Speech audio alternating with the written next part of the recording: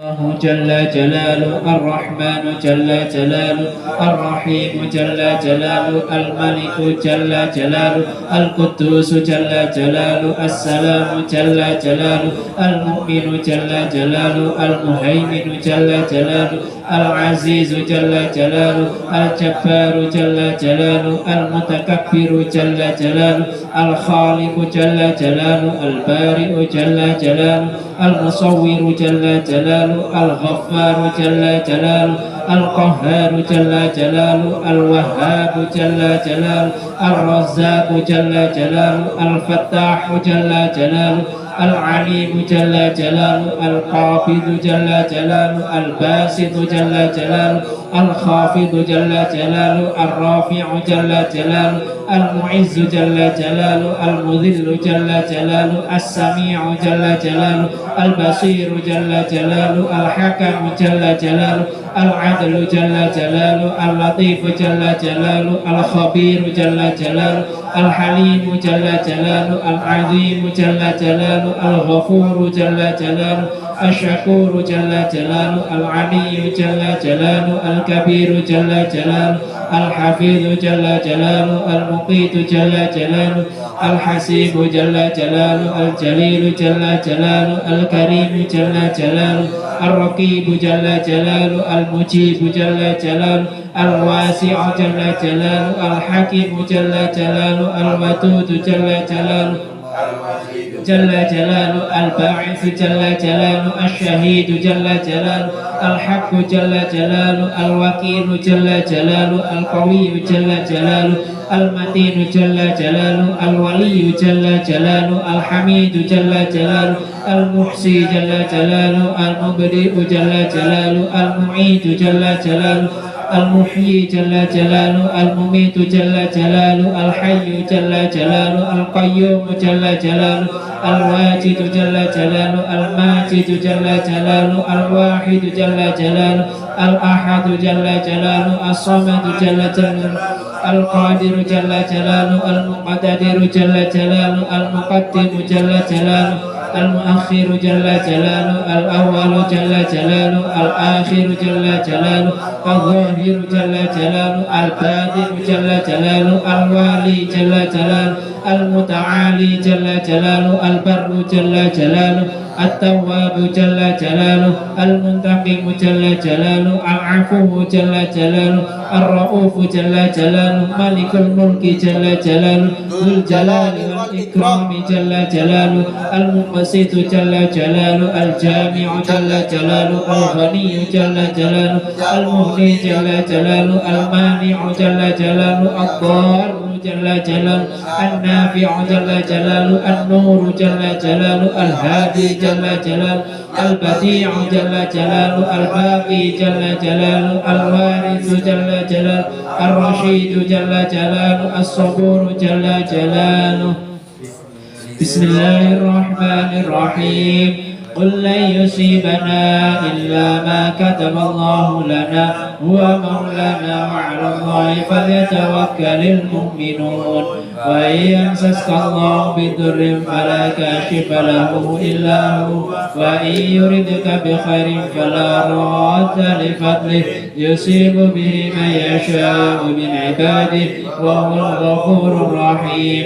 وما من دابة في الأرض إلا على الله رزقها ويعلم مستقرها ومستودعها كل في كتاب مبين. إني توكلت على الله ربي وربكم ما من دابة إلا هو آخذ بناصيتها إن ربي على صراط مستقيم. وكأي من دابة لا تحمل رزقها الله يرزقها وإياكم وهو السميع العليم. ما يفتح الله للناس من رحمة فلا ممسك لها وما يمسك فلا مرسل له من بعده وهو العزيز الحكيم. ولئن سألتهم من خلق السماوات والأرض ليقولن الله. قل أفرأيتم ما تدعون من دون الله إن أرادني الله بضر هل هن كاشفات ضره أو أرادني برحمة هل هن ممسكات رحمته قل حسبي الله عليه يتوكل المتوكلون والحمد لله رب العالمين. الفاتحة. Yang saya hormati Dewan Pembina Habib Muhammad Baso Ivan, yang saya hormati pengurus cabang, pengurus ranting yang sangat militan. Saya anggap antum militan karena sudah mulai semangatnya sudah mulai ada, walaupun tidak semua pengurus datang. Yang pasti hari ini ghirohnya sudah mulai kelihatan. Saya merasakan apa yang antum rasakan. Maksudnya memang capek berat setelah suhul sehari penuh, sehingga harus datang untuk ke majelis sebagai tanggung jawab karena antum punya SK. Itu adalah konsekuensi antum. Begitu juga saya. Sebenarnya mulai adzan subuh tadi saya sudah keluar rumah, baru sampai di rumah lagi isak, mandi, berangkat lagi ke sini, belum istirahat sama sekali. Alhamdulillah Allah memberikan kekuatan kepada saya.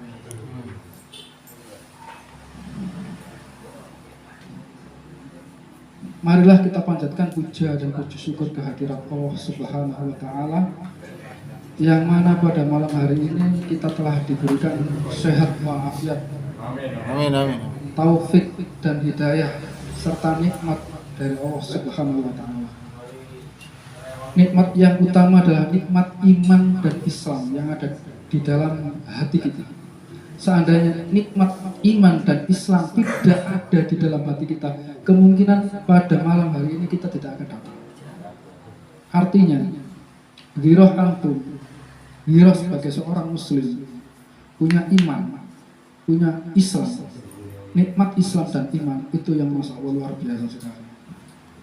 Seandainya antum tidak punya itu, lebih baik saya tidur di rumah, setelah suhul ngapain datang. Artinya, seandainya manusia itu diperlihatkan pahalanya, diperlihatkan balasannya oleh Allah, merangkak pun dia akan datang, merem dia akan datang. Berhubung tidak ditampakkan, itulah ujian Allah disampaikan kepada manusia itu memang tidak diperlihatkan pada waktu besok setelah akhir. Tidur, bangun sholat tahajud berat sekali, tapi tidak ditampakkan pahala itu. Seandainya ditampakkan pahala itu, mungkin antum seperti makanan-makanan ditampakkan seperti ini, lezat sekali. Mungkin antum akan sholat tahajud setiap hari. Ya, seperti itu. Seandainya antum tahu pahalanya atau keutamaannya majelis zikir atau zikir, pembacaan zikir, mungkin antum walaupun sepeda berdos pun berangkat dan sepedanya dituntun sampai ke sini. Itu kalau antum tahu. Berhubung antum tidak diperlihatkan dan tidak dibuat logika sama Allah, tidak diperlihatkan oleh mata kepala kita, sehingga kita berangan-angan. Lah, disinilah letak keimanan antum. Antum lillahi ta'ala, apa antum berangan-angan? Di sini. Artinya, antum bisa datang ke sini dalam keadaan sehat, dalam keadaan selamat di perjalanan, tidak terganggu apa-apa, tidak terjadi sesuatu yang tidak diinginkan. Itu adalah nikmat yang luar biasa.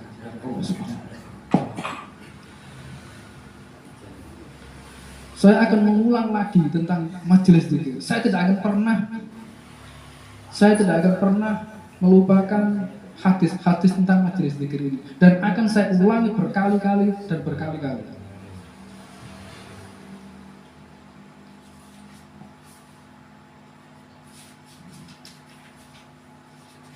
Mengapa saya ulangi berkali-kali?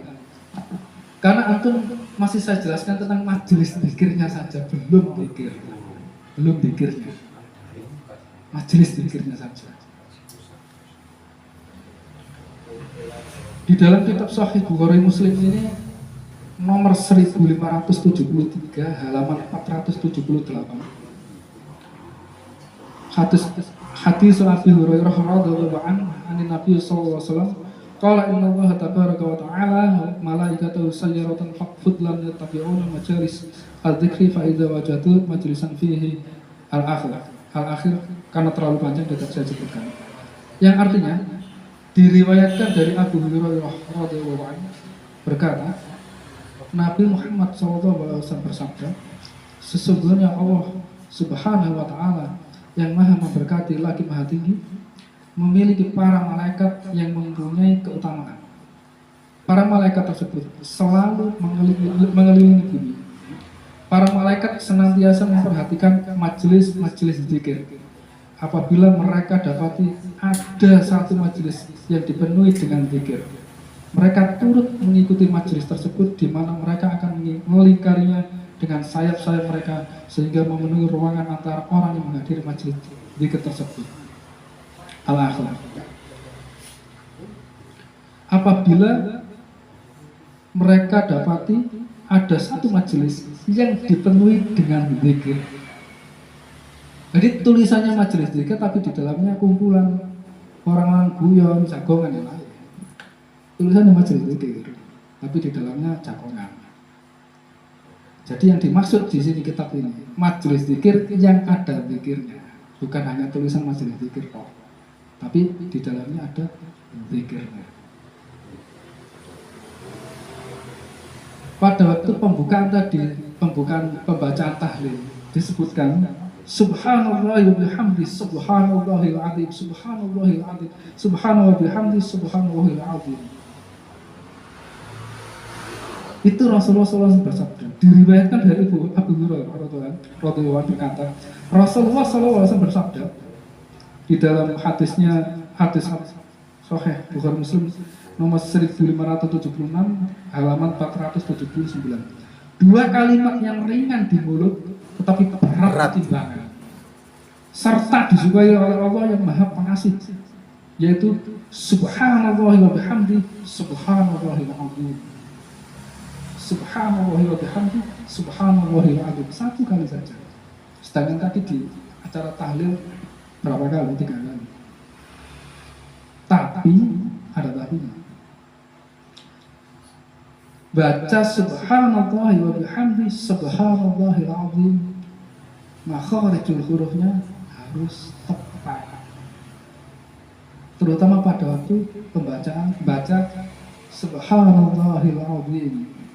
Saya dengar kebanyakan mengucapkannya subhanallahil azim. Jadi rendah. Artinya berubah kan? Nah ini perlu di garis bawah untuk terus di garis bawah tebel. Azim, dal dengan waw itu beda. Azim dengan azim dengan adim itu tolong diperbaiki makharijul huruf antum. Sayang sekali itu kalimat yang luar biasa. Itu kalimat imbangannya pada waktu akhirat sangat berat sekali. Berhubung antum salah mengucapkan, akhirnya bukan pahala yang diberi, tapi dosa. Kenapa dosa?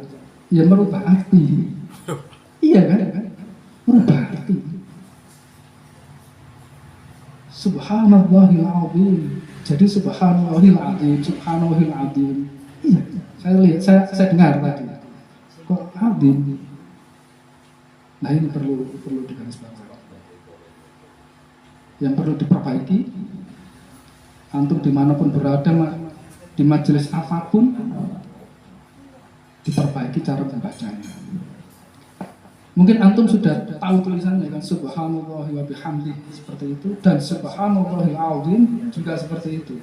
Tapi antum membaca subhanallahil azim, subhanallahil azim. Contoh lagi saya beri contoh lagi lain, astaghfirullahaladzim. Banyak orang mengucapkannya astaghfirullahaladzim, astaghfirullahaladzim, enaknya. Kadang astaghfirullahaladzim, astaghfirullah. Padahal tulisannya tak kan, astaghfirullahaladzim, azim, ditarik ini, azim.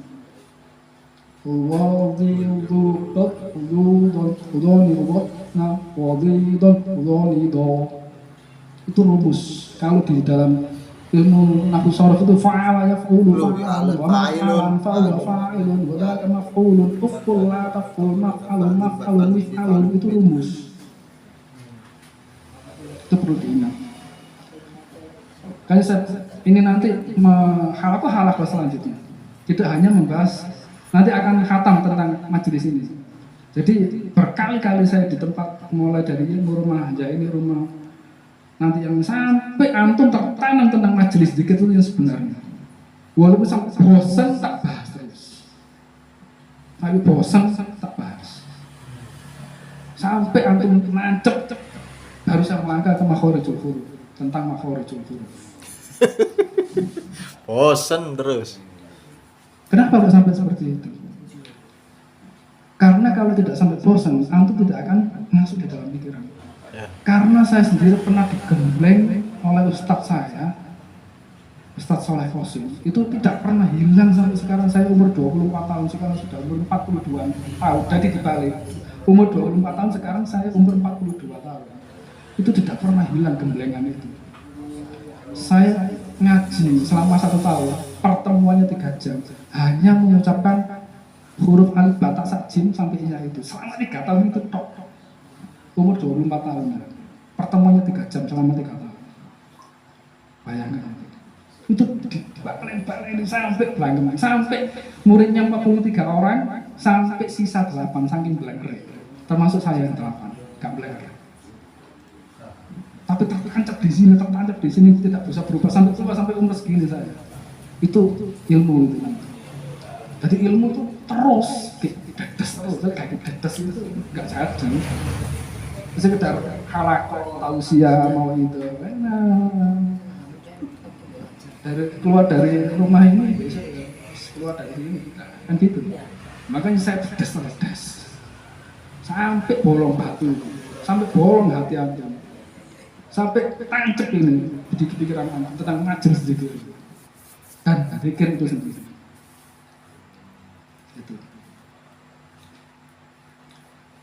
Terus kita yang datang ke sini juga tidak merasa baik, yang tidak datang juga tidak baik, bukan. Jangan merasa baik dan jangan menuduh orang lain tidak baik.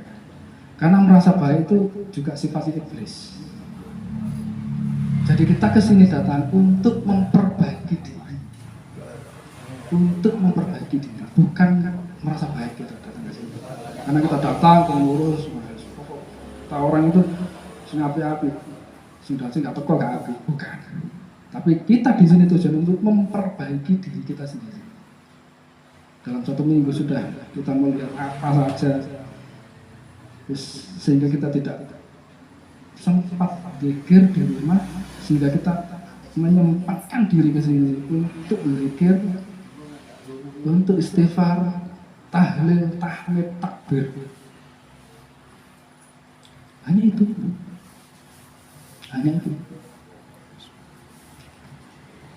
Apa lagi yang kita bawa selain kalau bukan amalan-amalan seperti ini?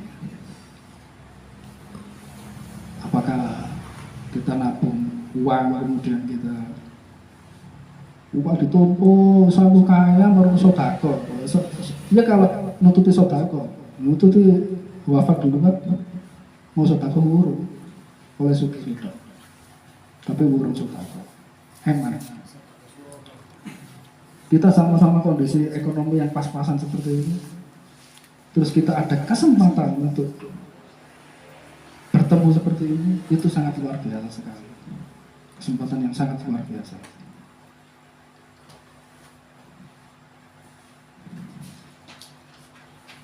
Subhanallahi wa bihamdihi, subhanallahil azim. Subhanallahi wa bihamdihi, subhanallahil azim.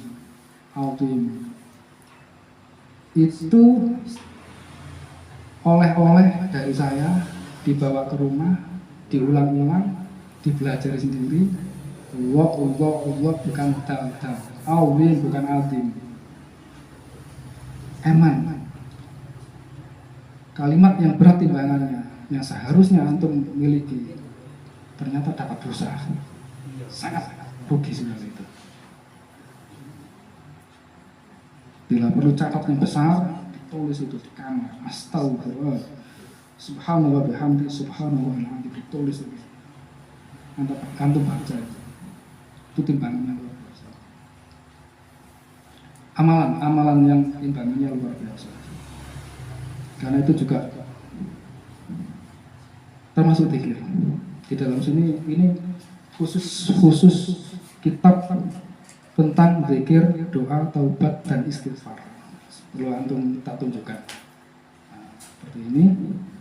Kalau antum nggak percaya, kitab zikir, doa, taubat dan istighfar. Kalau antum punya kitabnya bisa dibuka itu. Nah, jadi saya langsung mengambil bab tentang kitab zikir, doa, dan taubat serta istighfar. Kenapa? Ya karena majelis kita itu majelis zikir. Nah kalau saya bahas tentang lainnya malah bakrak nantinya.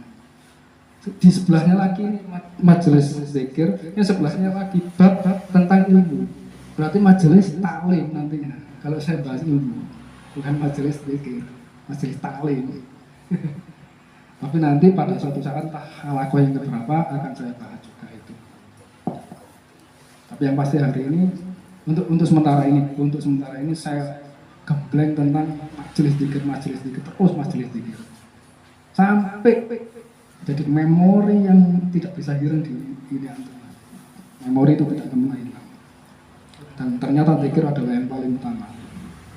Memang iya. Memang amalan kalau antum melihat di YouTube ketik itu amalan yang paling berat adalah zikir. Semua ustadz dari kalangan manapun, semuanya menjawab bahwa zikir adalah amalan paling pertama, paling tinggi. Silakan antum lihat sendiri di Al-Bahjah, di apa itu KHB, di apa RB, Riza Basalam, Ustaz Khalid Basalam, Ustaz Agim, semuanya zikir itu amalan yang paling tinggi. Itu sudah saya buka semua di YouTube-nya. Kalau antum tahu, coba cek itu. Amalan apa yang paling berat? Zikir gak ada lagi. Cuma tergantung pada antum bisa melaksanakan enggak zikirnya itu. Nah itu, yang penting itu. Bukan hanya ceramah, mudah sekali ceramah, tapi penerapannya ini yang sulit. Nah itu.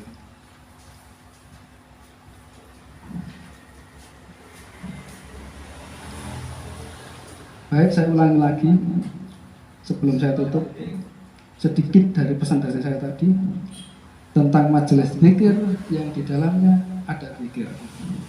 Bukan ada makanan, bukan orang jagongan, bukan orang rokan, tapi di dalamnya ada zikirnya. Yang kedua, dua kalimat yang ringan di mulut tetapi berat di timbangan. Serta disukai oleh Allah yang Maha Pengasih, yaitu bacaan Subhanallahi wa bihamdi, Subhanallahil azim, Subhanallahil azim, Subhanallahil azim. Allah. Itu diulang-ulang. Diperbaiki makhorijul antum, diperbaiki. Kalau antum nggak bisa, boleh tanya saya bagaimana cara mengeluarkan makhorijul huruf, atau walaupun malu dengan tanya saya, ketikkan di YouTube gitu, di HP antum ketik di YouTube atau di Google cara mengucapkan, melafalkan huruf Allah keluar semua. Itu saya lihat sudah semua di YouTube, sudah saya lihat semuanya, ustadz-ustadznya saya lihat sudah bagus semua. Memang sebenarnya memang harus gitu. Semua orang-orang yang di YouTube itu kan dipublikasikan. Kalau mempublikasikan salah berarti kan menyesatkan orang. Sudah saya cek di semua di YouTube itu ustadz-ustadznya itu sudah benar cara melafalkan huruf hijaiyah yang bagus benar, itu sudah masalah. Itu coba diulangi. Demikian dari saya, sedikit dari saya tentang zikir dan amalan timbangan yang paling berat di akhirat. Oleh dari saya hanya itu. Mungkin ada kata-kata yang kurang berkenan di hati, mohon maaf sebesar-besarnya. Akhirul kalam, wassalamualaikum warahmatullahi wabarakatuh. Waalaikumsalam warahmatullahi wabarakatuh.